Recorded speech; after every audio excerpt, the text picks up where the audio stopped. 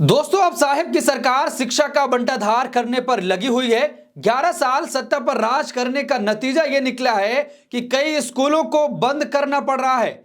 Drop out rate बढ़ता ही चला जा रहा है। हर हाथ शिक्षा, हर हाथ रोजगार की हवा निकल चुकी है। मोदी राज में न पढ़ाई है और न ही रोजगार। बेरोजगार युवाओं पर लाठियों की बौछार की जा रही है। दोस्तों, इस एक रिपोर्ट ने मोदी के पसीने छुटा दिए हैं। केंद्रीय शिक्षा मंत्रालय की रिपोर्ट ने मोदी के दावों की पोल खोलकर रख दी है।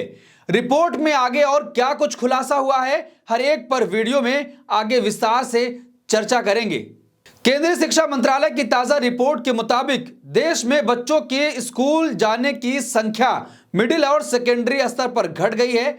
साल 2020-21 के 15.09 लाख के मुकाबले स्कूलों की संख्या भी लगातार 3 सालों में कम हुई है। जब भारत डिजिटल युग की ओर तेजी से बढ़ रहा है और आर्टिफिशियल इंटेलिजेंस के क्षेत्र में कदम रख चुका है, वहीं सरकारी स्कूलों की शिक्षा व्यवस्था पर गंभीर संकट मंडरा रहा है।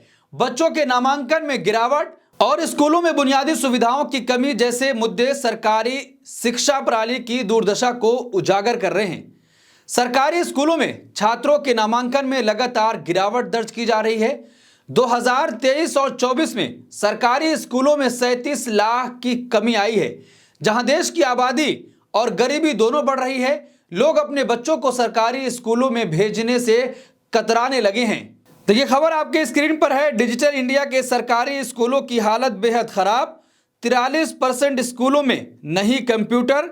ड्रॉप आउट रेट भी हुआ 2 गुना। देखिए, UDIAC के आंकड़ों के मुताबिक भारत में केवल 57.2% सरकारी स्कूलों में ही और सिर्फ 53.9% स्कूलों में इंटरनेट कनेक्शन है। हालांकि केंद्रीय शिक्षा मंत्रालय के अनुसार 90% से अधिक स्कूलों में बिजली और शौचालय की सुविधाएं हैं, लेकिन सिर्फ 52.3% स्कूलों में दिव्यांग बच्चों के लिए रैंप की व्यवस्था है। और जिस तरीके से लगातार ड्रॉप आउट रेट बढ़ता चला जा रहा है, ये एक चिंता का विषय है कि जहां सरकारी दावे ये कहते हैं कि बच्चों को शिक्षा दी जा रही है, लेकिन ड्रॉप आउट दर में लगातार बढ़ोतरी हो रही है और सरकार की दावों की पोल खोल रही है। देखिए, कम होता नामांकन और बढ़ता ड्रॉप आउट रेट। सरकारी स्कूलों में छात्रों के नामांकन में लगातार गिरावट दर्ज की जा रही है।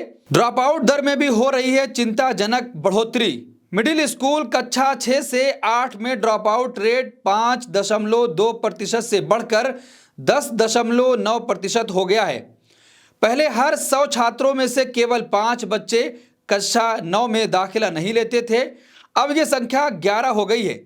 ये दर्शाता है कि कक्षा 8 के बाद शिक्षा छोड़ने वाले छात्रों की संख्या 2 गुना से अधिक हो चुकी है। एक तरफ जो देश के नेता हैं वो बटेंगे तो कटेंगे के जैसे विभाजनकारी नारे लगा रहे हैं, और दूसरी ओर शिक्षा मंत्रालय की जो रिपोर्ट सामने आ रही है कि बच्चे कक्षा 8 के बाद स्कूल नहीं जा रहे हैं। ड्रॉप आउट रेट उनका बढ़ता चला जा रहा है कि जिस तरीके से महंगाई और बेरोजगारी है, जिसके चलते गार्जियन घर के बच्चों को स्कूल नहीं भेज रहे क्योंकि किसी काम काज पर उनको लगा दिया जा रहा है कि जब पढ़ाई के बाद भी नौकरी नहीं मिलेगी तो आखिर पढ़ने से क्या फायदा। सरकार ने बहुत ही जोरों शोर के साथ 2020 में नई शिक्षा नीति लेकर आई कि इसके जरिए से स्कूलों को ठीक किया जाएगा और बच्चे पढ़ाई में ज्यादा रुचि रखेंगे। लेकिन उसके बावजूद भी अब नई शिक्षा नीति आ गई, फिर भी ड्रॉप आउट नहीं रुक रहा है। देखिए, नई शिक्षा नीति 2020 के बावजूद गिरावट। नई शिक्षा नीति 2020 का उद्देश्य शिक्षा के स्तर में सुधार करना था, लेकिन इसके बावजूद सरकारी स्कूलों के आंकड़े और गिरावट की ओर इशारा कर रहे हैं। कंप्यूटर और इंटरनेट जैसी डिजिटल सुविधाएं अधिकांश स्कूलों में उपलब्ध नहीं हैं। बच्चों के नामांकन और ड्रॉप आउट दर में गिरावट ने नीति के उद्देश्यों पर सवाल खड़े कर दिए हैं। जिस तरीके से दावा तो यह किया गया था सत्ता में वापसी के बाद हर एक हाथ को रोजगार मिलेगा, हर एक के अकाउंट में पैसे आएंगे और देश की अर्थव्यवस्था मजबूत हो जाएगी, लेकिन तमाम चीजों में चौपट होने के बाद अब शिक्षा को भी पूरी तरीके से चौपट करने की तैयारी की जा चुकी है। नई शिक्षा नीति के बावजूद भी अब पूरी तरीके से उस नीति पर सवाल खड़ा हो रहा है कि उसका जो उद्देश्य था उस पर काम क्यों नहीं हो रहा है। कि डिजिटल युग की बात हो रही है, आर्टिफिशियल इंटेलिजेंस की बात हो रही है, लेकिन उस दौर में स्कूलों की हालत दयनीय हो गई है और बच्चे अब स्कूल को छोड़कर किसी और काम में लग जा रहे हैं। दावा यह किया गया था कि देश विश्वगुरु बनेगा और दुनिया के तमाम देश भारत के पीछे चलेंगे। लेकिन आज विश्वगुरु की सच्चाई यह है कि जब ऐसी तमाम कंपनियों को यहां पर बुलाने की कोशिश की गई तो एक दो को छोड़कर कोई भी भारत आने के लिए तैयार नहीं है। भारत ताइवान और अमेरिका के तमाम कॉरपोरेट घरानों को भारत आने का इसरार करता रहा है, लेकिन इक्का दुक्का छोटी कंपनियों के अलावा किसी भी टेक्नोलॉजी की बड़ी कंपनी से निवेश नहीं किया। जिस कंपनी ने आने का उपक्रम किया वे भी केवल फाउंड्री तक ही महदूद रही।